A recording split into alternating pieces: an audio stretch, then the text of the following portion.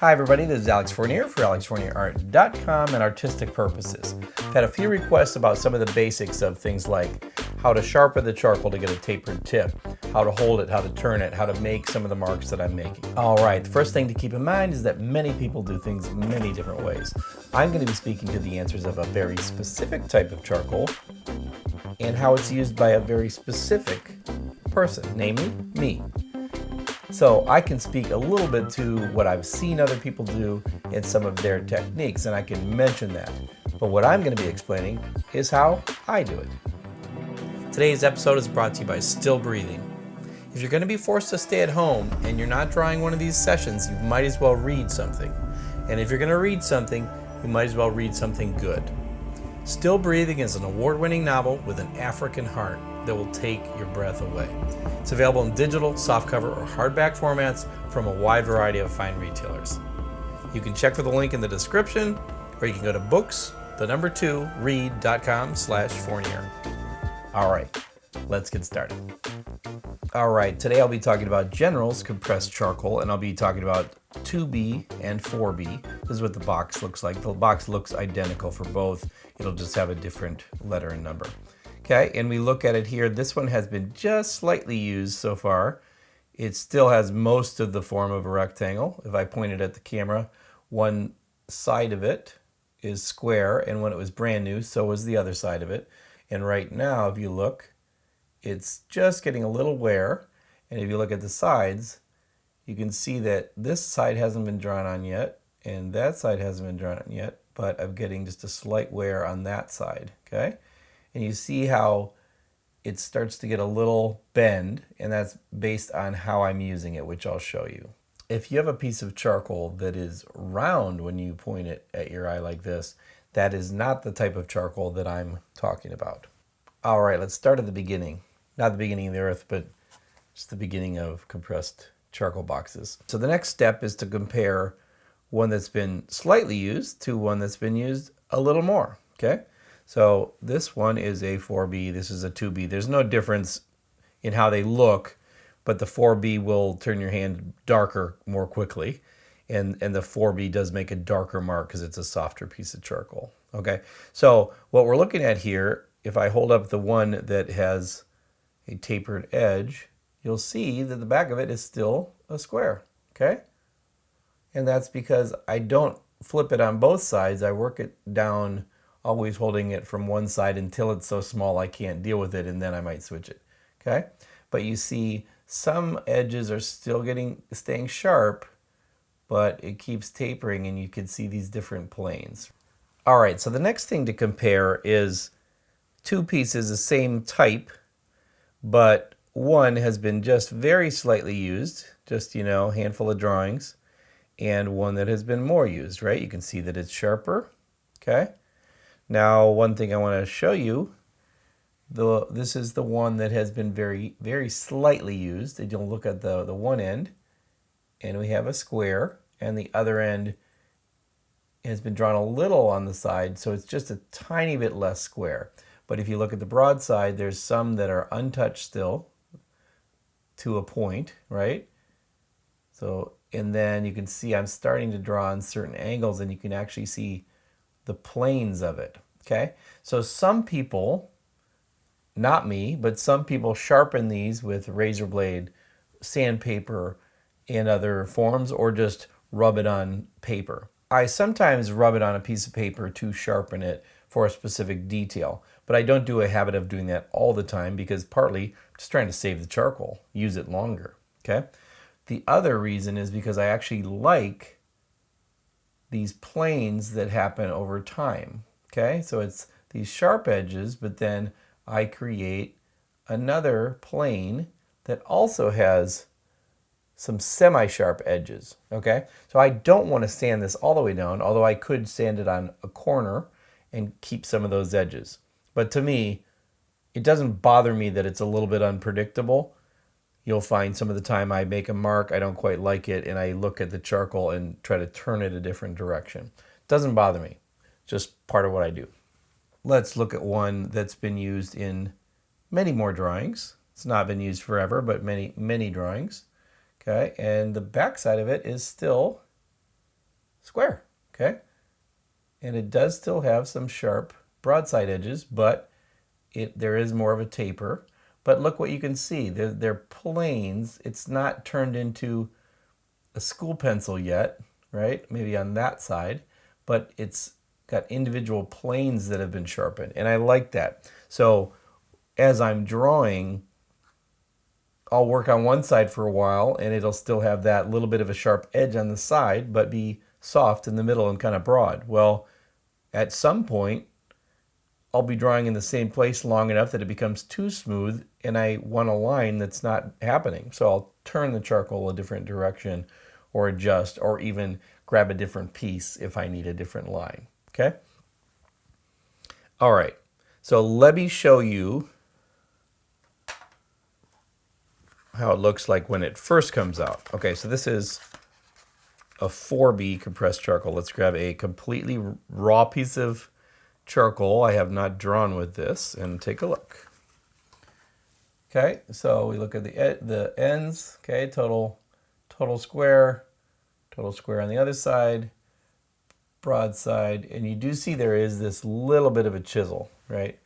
But that's basically what it looks like, okay? And you can look on a little imprint, it'll tell you whether it's 2B or 4B on the charcoal until you rub that off with your finger, and then you can't tell what you have. One of the techniques I have for sharpening, and this might be I'm at a life drawing session or I'm about to sketch something, and I just do a couple quick warm-ups. Okay, so we got raw piece of charcoal, and my warm-ups are going to be, you guessed it, a sphere, okay? And I'll keep it totally loose. I'm just kind of rubbing, just if this is the paper, instead of going fully flat, I'm rubbing it on an edge, not the flat side, but on just a corner edge, just slightly to make this mark, okay?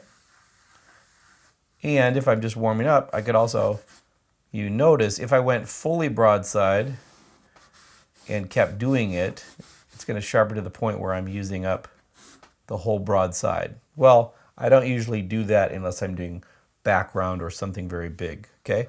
More likely, I'm holding it, if this my hand is the paper, I'm holding it just at a slight angle, and so this is what you get, okay?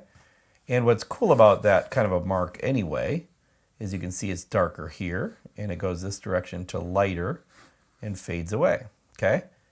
So we're also thinking core shadow, reflection, highlight, right? And so that's something I like about this kind of charcoal, is because you can just angle it just slightly and get a darker, medium, and a softer tone, and then it fades away because you haven't, the charcoal on this part is not touching the paper, okay?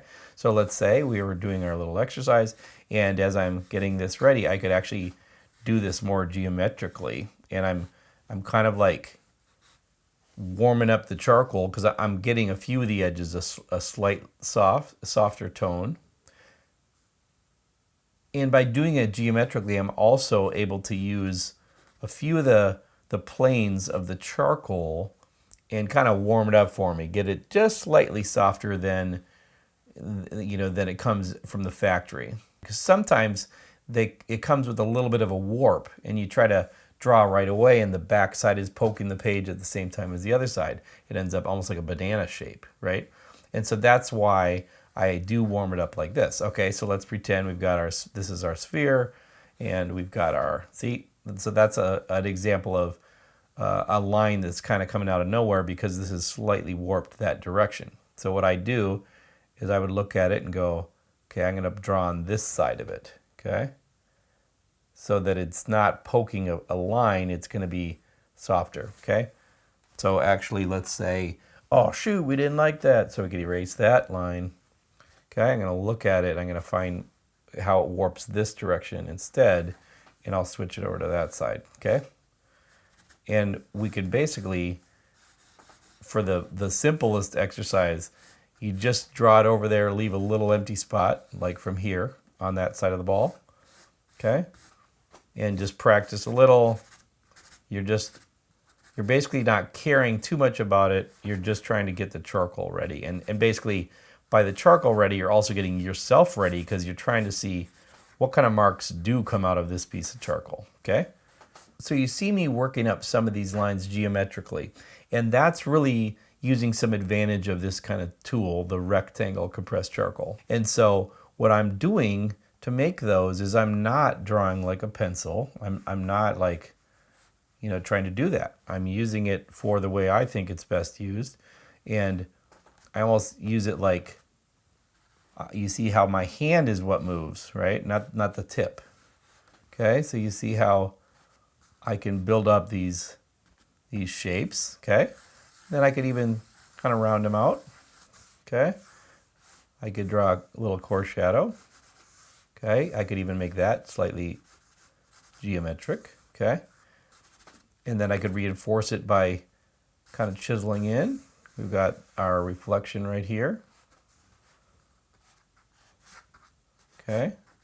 You see how I can push it whichever way I want, and then we go nestle in, so we've got the reflection, we've got core shadow, okay?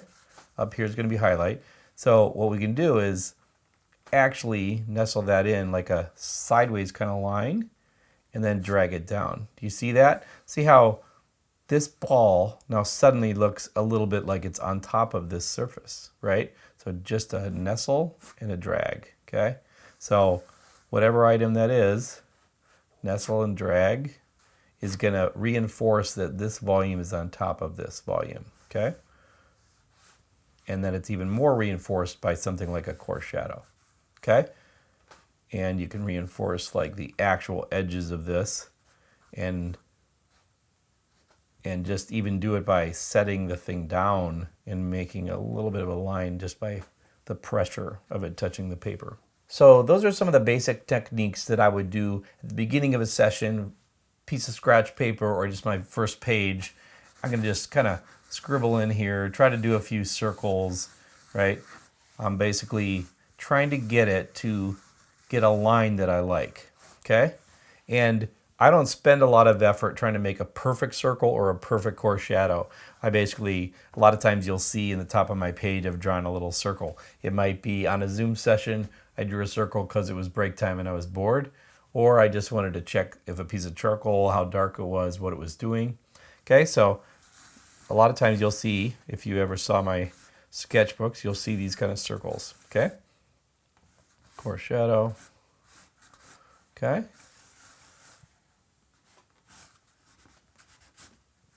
And these are great exercises to do because, for one, it teaches your hand kind of how to hold it, and you start to do this kind of thing where you drag it, and then you get to practice those kind of things. You don't want to have a perfect drawing that you're doing the first line you've ever done to do an effect that you've never done on like a drawing that you love, that you're like, this is a commission and it's about to be worth $1 million. Let me use Alex's new technique. Probably don't want to do that. You probably want to start on scratch paper, right? Okay. And to me, you got to keep in mind that the eraser is not just for mistakes. It's part of your tool set. So let me show you just some basic tricks with the kneaded eraser. Okay. For one, a lot of times what I try to do is leave room for where the eraser is going to reinforce, but don't make the eraser have to work so hard. Okay. I'll nestle in, but I'm not coloring all the way to that end and then erasing it out, okay? If I wanted to create a highlight, I actually, I could create the highlight by just not putting something there. And then you could come back and reinforce it with a kneaded eraser, okay? Just giving an example if there's a highlight on these both sides, okay? So anywhere where there is that highlight, my suggestion is, or like an edge light, is to not draw it and erase it. It's to not draw it there in the first place, but use this kind of an edge and drag, which is one of the techniques I talk about a lot in the videos, okay? So we've got a basic cylinder. Let's say this is, my coffee mug, okay? And you see one little trick here. If it's sitting on a surface, I'm using just the edge of this right here and just doing a reinforced kind of movement underneath, but at enough of an angle that it sharply draws under the curve. Okay, this is kind of back to here. It draws a hard line and softens out, okay? So with a pencil, you might have to do many build-up steps to get that kind of effect. And with compressed charcoal, I feel like in that loose state, you can just do that with just a natural move, right? You just do a quick move, and it's harder here than it is here, right? It's harsher there, it's softer here, and you're building up just the normal relationship of core, reflection, and cast shadow, okay? All right, so the other thing I was gonna say about something like a cylinder, like a mug, is that there's this thing called the turning edge, okay? And so it's basically on the outside, let's say on, not inside, on the outside of the mug, okay? So we've got our contour lines going this way. So on the outside, there's this amount of bounce light or something else that is on the other side of it that we can't see the other side of the mug, okay? So the turning edge refers to the side that we can't see, okay?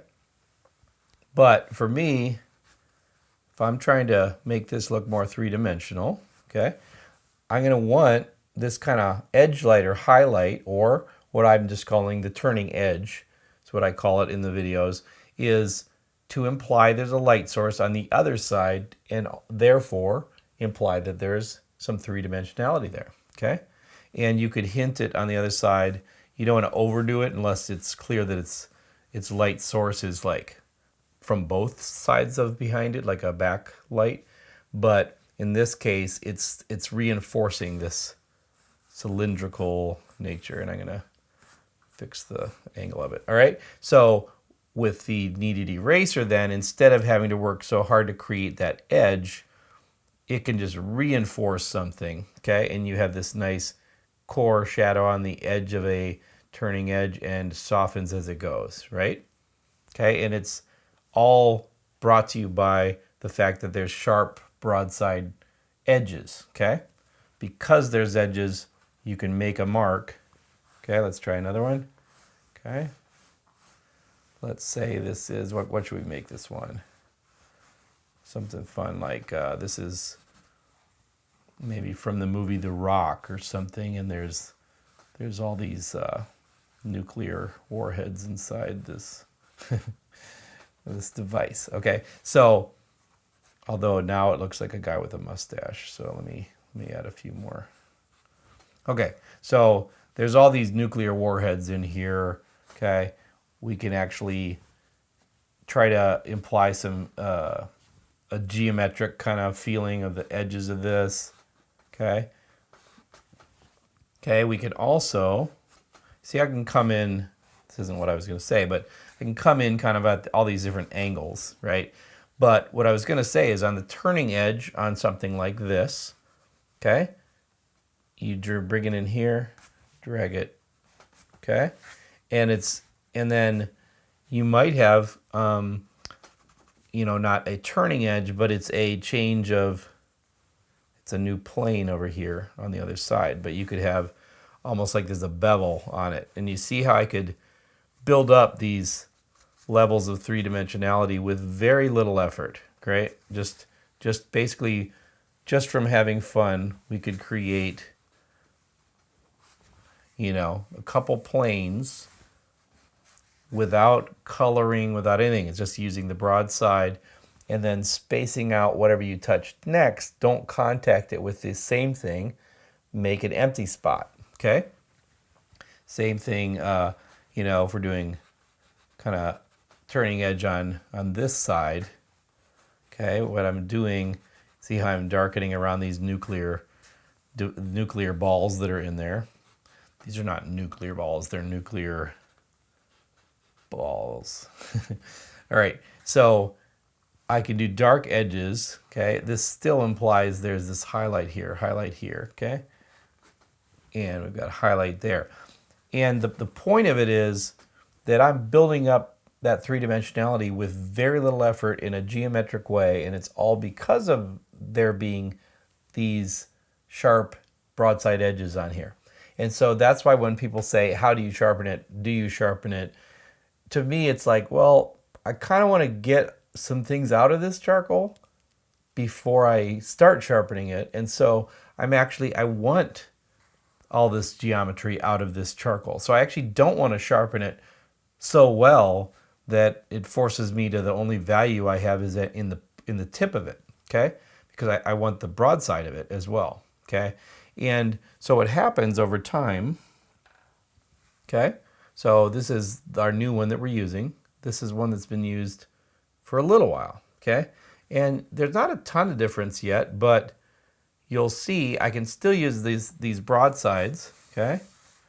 But you can see, we'll see if it feels any different, okay? But I feel like I've got a little more play, like softness and detail, but pretty much I can still create those geometric edges because it still has intact edges here, and then it's a little softer here, okay? So to me, in the answer to how do I sharpen it, to me is like draw some really bulky geometric things first, and then it'll be sharp enough to do the other thing you want to draw, okay? And it might even be the same drawing. It might be some sketches that are practice leading to the other drawing, or it might be, you know, a bunch of 1-minute drawings in a life drawing session, and I start boxy and geometric with my brand new piece of charcoal, and then either that session or the next session, it's exactly the perfect charcoal that you want with a point that's tapered, right? But it's a transient thing. It'll only be this shape for just a little while. A handful of drawings and your little baby here is going to be all grown up and ready for the grave, okay? So the point is, for me, is to lengthen the life of the charcoal by not sharpening it, but just playing geometrically as it goes. It leads it from a stage of it's not quite perfect for a commission yet to, oh wow, I'm getting the perfect kind of details. Oh great, now I can do these cool portraits, etc. And then it's to here, and then it's starting to get too short, right? And so in this case, this one would be actually good to draw with. You can see I actually can, I don't know if you can't see from the side, but I can really sharpen in those details. Let's say I was, and you do have to, this is something I noticed as I did that. Okay, so you do have to still take advantage of this technique in how you hold it, how you point it. If you are doing these kind of corners, you have to kind of bend it and kind of lead it into them. It's not about drawing everything from the same angle. If you filmed your hand drawing and you fast forward it, it should be doing this kind of stuff, right? And fast forward it should be like, wow, you're jumping all over, okay? It shouldn't just be like this the whole time with charcoal. So in this case, this is the well-used charcoal, okay? But I still need to kind of build up these shapes in a kind of a geometric way, okay? And let's say, what are we going to draw? Okay, let's say this is the guy's face or something, okay? So it ends up being that you're still drawing geometric things, but you can make a smaller scale, right? You're now able to capture like a small scale geometric shape, okay? But you still have to think of it geometrically, is my opinion, okay? So, okay, what do we want to do with this guy? Should we have him do,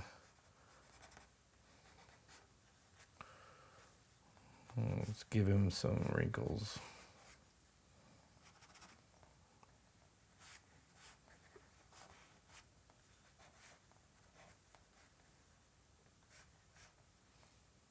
Oh, he's very wrinkly. Okay. Maybe he can be, what should we say?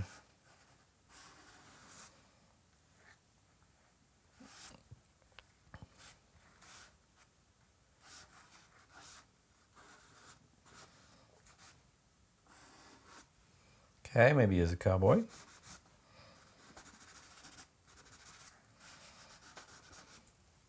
Okay.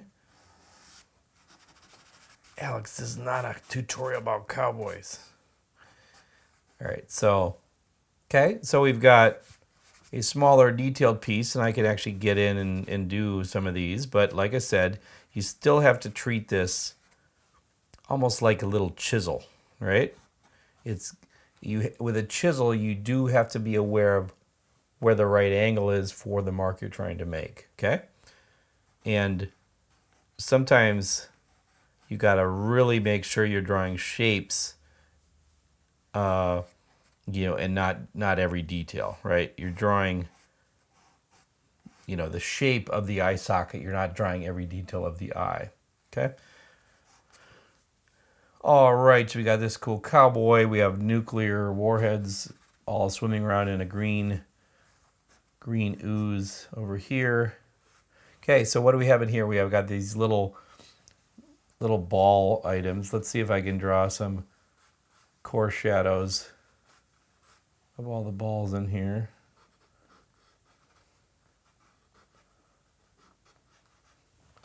Okay, and just try to get a little three-dimensionality. So the benefit of this very sharpened one is I can actually get in to all these little hard to reach spots and make my little kind of triangle shape that I'm trying to make, okay? So there are definitely additional benefits to once it's sharpened, okay? And so what I do is I draw with these, and over time I'll pull aside one that needs to kind of be ready for some detail work, and I'll put it back in the box. And when I'm starting off a new drawing, or I'm sketching, or I'm doing 1 minute sketches in life drawing, or 3 minutes, I'll pull out a new one and start its journey, right? Okay, new one's born, new one goes off to war, right? So you got to think, these aren't going to last forever. It's just going to be this continuous cycle of one's born, one gets retired, okay? And so you just decide when you want to use it and how you want to use it, okay? And a lot of times what I'll do is I'll go until I'm like, oh, I'm messing up the eye because I can't even get this edge is not sharp enough to get it. Then I'll dig in the box and grab one, okay? Let's get back to drawing with the newer one that has just some slight use, okay?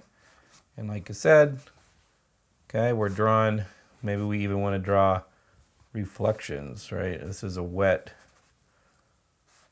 surface, okay? Sitting on a counter at the lab, okay?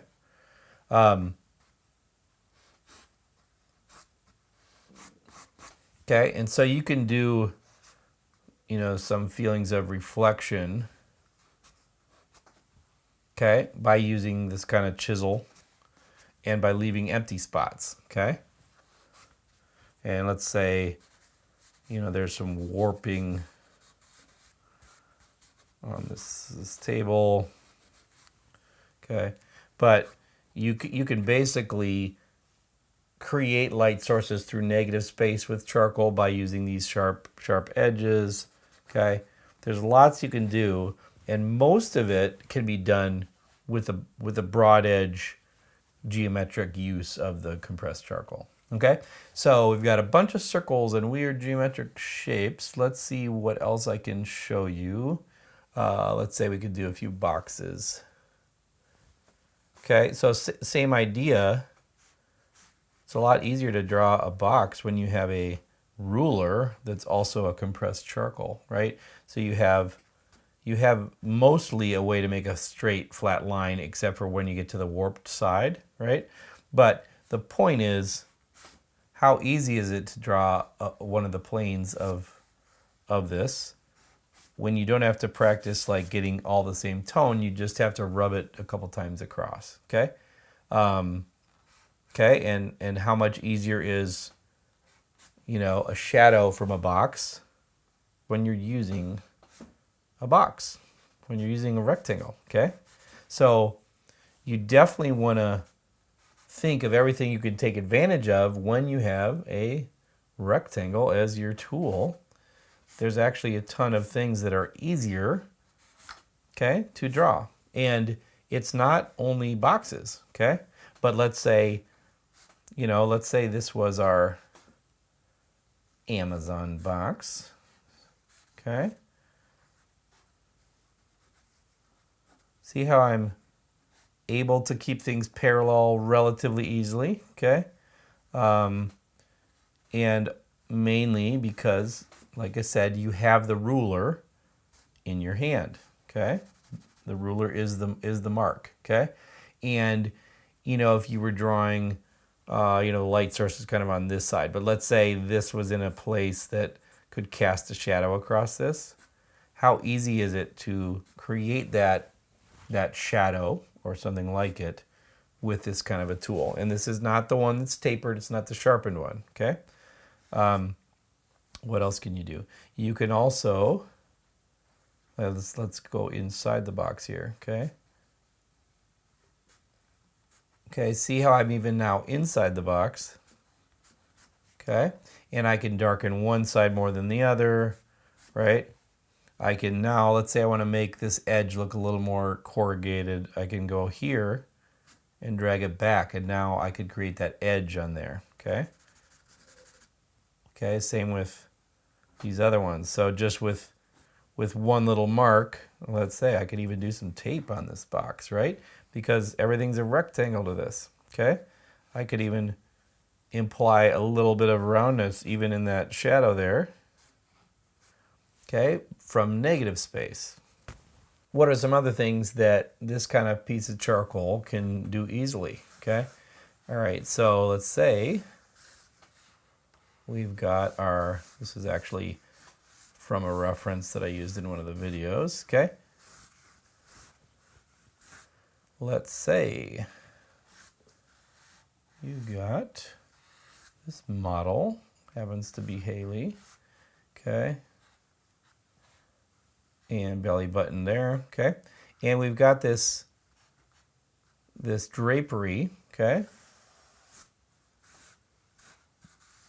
And let's just make some wrinkles in the cloth. Okay, so how quickly can I build up, some kind of cloth and wrinkles, with the same just piece of charcoal, okay? And I can build up, some other turning edge, and I can build up, some three-dimensionality, okay? But it's just a dull piece of charcoal. But I'm using the sharp broadside edges of it, okay? Let's say we want, okay? And then you see under here, I can make this look further behind by pushing very hard, okay? So that the dark edge is below this, right? So with just a few strokes, geometric type of strokes, I can actually quickly do costumes and drapery and things like that. I could even, let's say with just a few strokes, I can now put some patterns on here, okay? Okay, and I'm using it slightly more like a pencil. I'm just kind of holding it and drawing those because they're very light. But look at how quickly I can make, these things look like they're kind of disappearing behind the edges of the wrinkles. Okay, not too bad. What else can I draw with a blunt piece of compressed charcoal?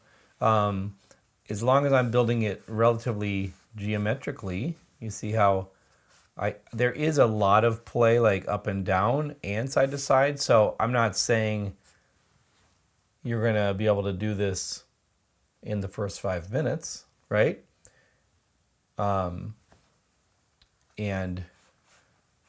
And hopefully my 20 years of doing it gives me a little bit of an advantage. But the point is that it can be done, and it's really about, if you start to understand what mark should be made, then all you have to learn is how to make the mark, right? Okay? But if you know it can be made with this kind of tool, right? You can start to figure that out by watching, right? So a lot of times if there's these little details, I'm using just the corner kind of point, not quite like a pencil, but like holding the pencil sideways. Okay, like that. And then, and then once I get to under here, Okay, that's when I start to kind of use both a drag and a curve. I'm basically using pieces in combination, right? So I'm moving and changing the hardness of how I'm holding it at the same time.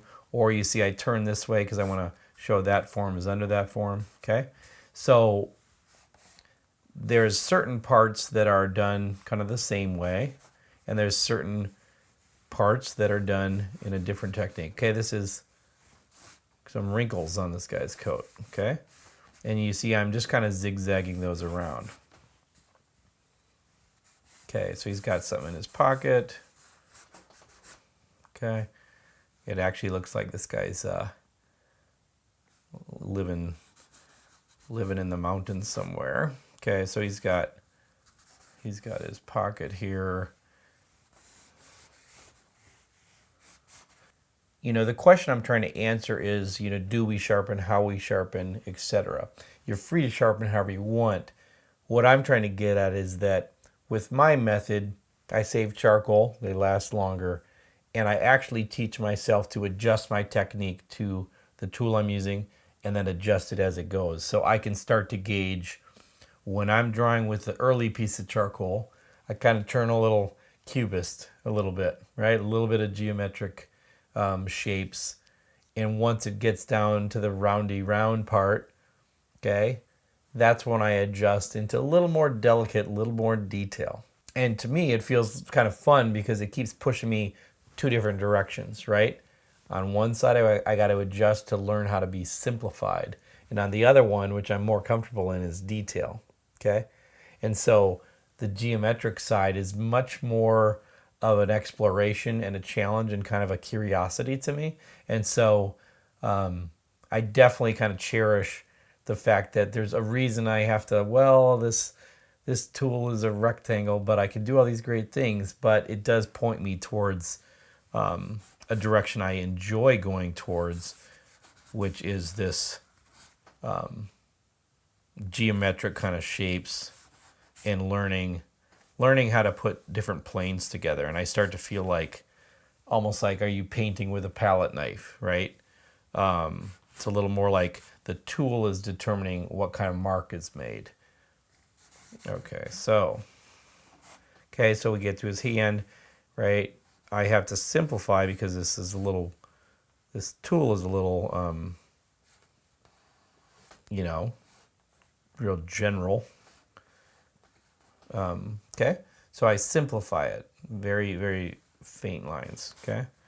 You see how I'm using these geometric shapes to build, you know, this is maybe one of the straps that he's got, and you build up the kind of the negative space.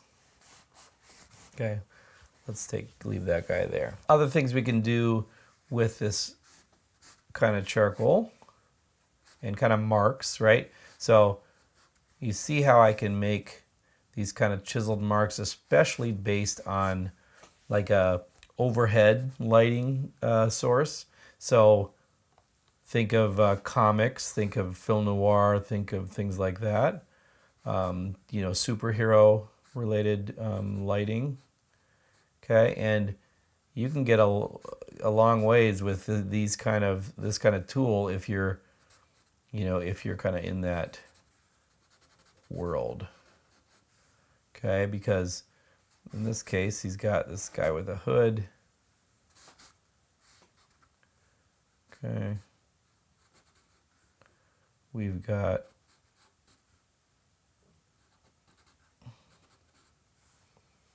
his harsh lighting on under his lip. Okay. And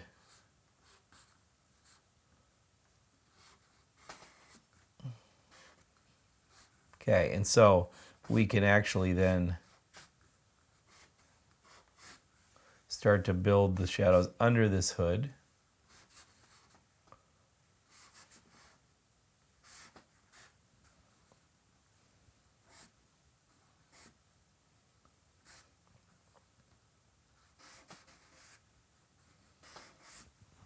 Okay, so because of this kind of chisel type effect, we're able to move that around and then pretty easily come up with ways that things look like they're on top of other things, okay?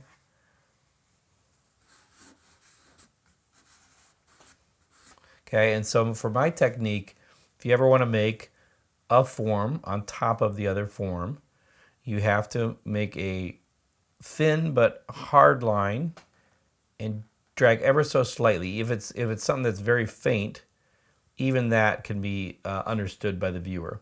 If it's something super dark, then it could be super dark. But the point is, if you have something like, let's say we have a model, okay? Got hips, we got belly button, we got stomach, okay? And if we're trying to imply that these legs are here, okay? So which one is going to be shown to be on top? Okay, I haven't drawn the line yet, but from just guessing, so this one is on top of this one. So what I would do, drag over here and ever so slightly drag the other way, just a tiny bit, okay? Same with right here. Okay, so ever so slightly I can make that kind of a impression. That gives us the beginning impression, and then what can I do? Over here, I could reinforce this cylinder with turning edge over on this side, okay? And now, this goes all the way around, this form is on top of this form, okay? And you see how quickly we can, it's like shorthand, we can very quickly communicate that there's three-dimensionality, okay? I'm gonna just trying to imply some stomach muscles here, okay? And so it's just ever so quick, right? And now I could do a tiny hint of turning edge on this side. See how quickly that comes to life. And I'm using an unsharpened piece of compressed charcoal, okay? Now, it takes some time to practice, but it's not because of my detail work, it's because of the principles at work, okay? It's the principles of this. You have core shadow, reflection or bounce, highlight, okay? Cast shadow. Okay, that's, to me, that informs almost every, probably every, but for sure almost every drawing that I do that is including a light source kind of in the explanation is using this kind of information. Even a pen drawing, because what I would do is imply the turning edge with a line instead of the tone. But for me in charcoal, it feels so much more three-dimensional, okay? So we've got our box over here, okay? So let's say even, something like the box, let's say, hey, we don't like it's just a box. We want it to be, a trailer. A trailer being, or let's say a van. This is some sort of a smaller truck. Okay. So how quickly could we take a box and turn it into something like that? Okay. And we could even, what we learned before with our nuclear device from the rock that was reflecting on a table, let's say we want to make it look like it's raining, okay? Okay, one way is to do a harsh line under and then drag your finger down. Okay, that's one way. Okay, and it's also, you just try to do a reflection of these things in kind of vertical lines, okay? And see if I can accomplish it. We'll see if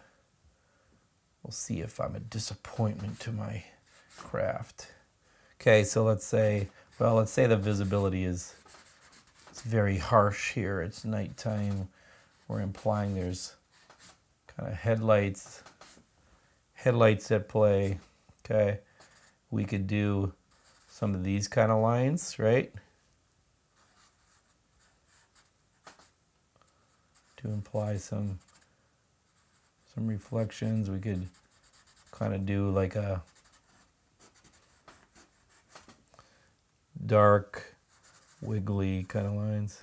Okay, so it looks like maybe the truck had like some sort of oil in it and it's spilled.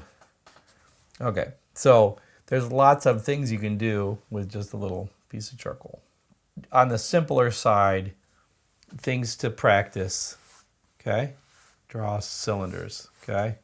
Just you round the bottom, you round the top, okay? Almost like what would this be? A jelly belly, a jelly bean. This is a pinto bean. Well, maybe not quite a pinto bean, but you know, it's like a what would it be? A thumbprint, okay? And then try to figure out, okay, so we've got round on top, okay? You can think coffee mug, you could think something else, okay? But what I would try to do is, can you draw a turning edge on one side of it? You leave a highlight. It should be darker and a little bit more unified there. And then just slightly over, don't go too far, it's already kind of fading away, okay? But don't start coloring in different non-unified ways in the middle because you're going to kind of ruin the illusion, okay? All right, and then on the other side, try the same thing, but you go the direction of the contour, okay? Okay, so that's a good exercise to do. So you do a bunch of these circles, you do a bunch of cylinders. Because if you can do cylinders, okay, then you can do legs or arms, okay? Okay, so we've got legs over here leading to, let's pretend this is like a knee. Okay, so might be a little long, maybe like some sort of superhero. Big toes. Okay, so you've got a leg here, okay? And, you know, all we're doing is treating it like a cylinder, okay? I've already implied it here, but can I add a little turning edge, okay? It starts to look like it's got some muscle on it, okay? Turning edge over here. Okay, starting to look three-dimensional. Turning edge on the other side. Turning edge. Okay, so how quickly can you learn that? Now, granted, there's a bunch of proportion and other training to be done, but the part that I'm explaining is how to make it look three-dimensional, right? So this is what you should practice. Practice all kinds of cylinders. Always end up with your lines, especially like human limbs. Don't leave empty gaps like this. Finish up the curve, okay? You're drawing a drawing. Let's say it's, what would it be?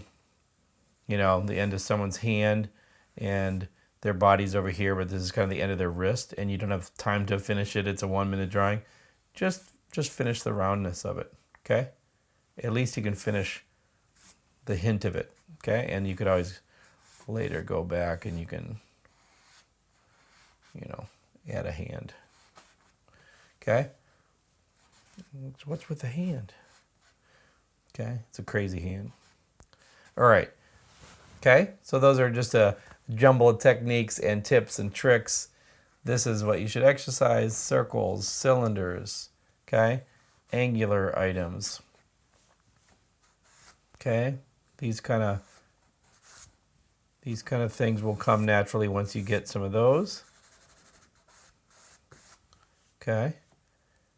And now granted, there's you know, there are a lot of things in play here, but the reason somebody can't do this is, you know, partly based maybe on style or experience or time, but you can get really good if you can understand how things are lit and how to simplify it through geometric shapes. And all of a sudden, there's a lot of careers that if you can draw the shapes, you've got, you know, storyboarding, you got concept art, you got costume design, you got character design, all kinds of stuff can be opened up if you can simplify, think of geometric shapes, think of three-dimensionality, think of the light source, and this kind of highlight, core shadow, bounce, and cast shadow. All right, thanks for listening. I know it kind of went all over the place. This is just kind of an unplanned answer to some requests on information. So be sure to check out some of those exercises, practice those, and reach out if you have questions or if you have topics you need some help on. I'll be happy to answer it if I can. All righty, thanks.